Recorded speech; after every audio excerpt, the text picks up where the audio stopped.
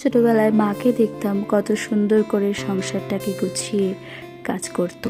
তখন মাকে দেখে বলতাম যে তোমার কষ্ট হয় না? তখন মা বলতো না, কষ্ট হয় না, কারণ তোদের মুখে একটু হাসি দেখলে সব কষ্ট যেন দূর হয়ে যায়, সব ক্লান্তি দূর হয়ে যায়। যখন তোরা সংসার করবি, মা হবি, তখন বুঝবি ঠিক কীরকম লাগে। তো সেদিন ছিল শ্রাবণ মাসের চতুর্থ শনিবার, আর করেছিলাম বড় বাবার উপোস।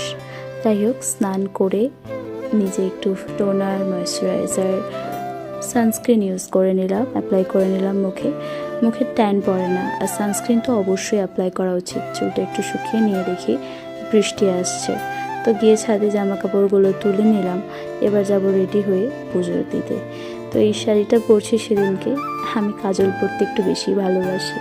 তারপরে চুলটা বেঁধে নিয়ে সিঁদুর পরে বেরিয়ে গেছিলাম পুজো দিতে। আস্তে আস্তে অনেক দেরি হয়ে গেছিলো, অনেক ভিড় ছিল। তো এসেই দেখতে পাচ্ছ খেয়েছি, বাইরে বসে খেয়েছিলাম। তো এখানে চুলটা ভিজেছিল, ডায়ারটা দিয়ে শুকিয়ে দিচ্ছিল। তো আজকের ভিডিওটা কেমন লাগলো কমেন্ট করতে ভুলবে না।